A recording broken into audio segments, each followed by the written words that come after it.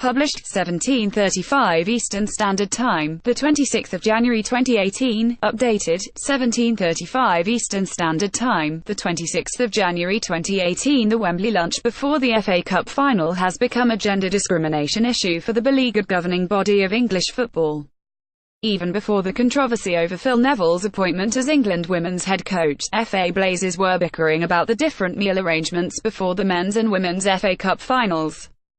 The FA's Absurd Protocol Committee advised that games should be graded from A** to C to decide whether the VIP Wembley suite should cater for a full silver service three-course meal or have a more relaxed buffet arrangement. The Wembley lunch before the FA Cup final has become a gender discrimination issue. Discrimination complaints were then made at a meeting when the men's FA Cup final was deemed an A** event, with the full trimmings, while the women's final was classified as a buffet occasion.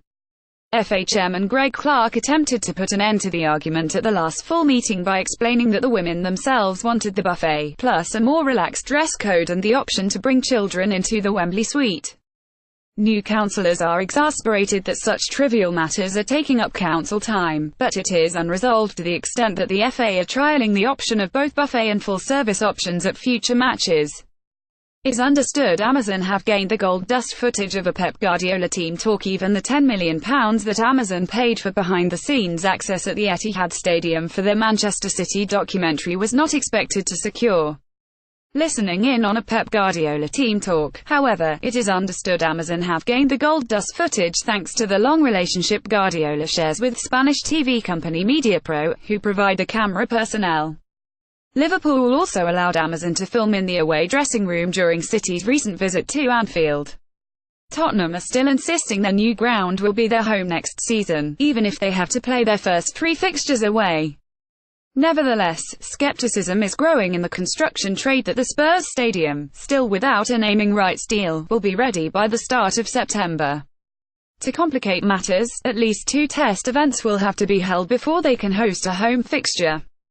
Tottenham are still insisting their new ground, pictured above, will be their home next season. The United States, Canada and Mexico joint bid to host the 2026 World Cup may not be nailed on to succeed after all.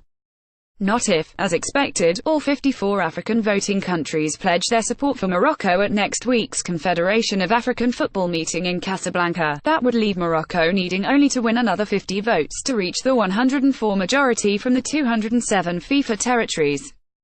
And half of those extra votes could easily come from Asia. Gianni Infantino has kept press conferences to a minimum since becoming FIFA president. His skill at swerving the media in impromptu hotel lobby moments, a tactic at which his predecessor Sepp Blatter excelled, shows that paranoia still reigns at FIFA, especially with the English media. The appointment of a Brit, Will Shand, to FIFA's media department is not expected to help matters.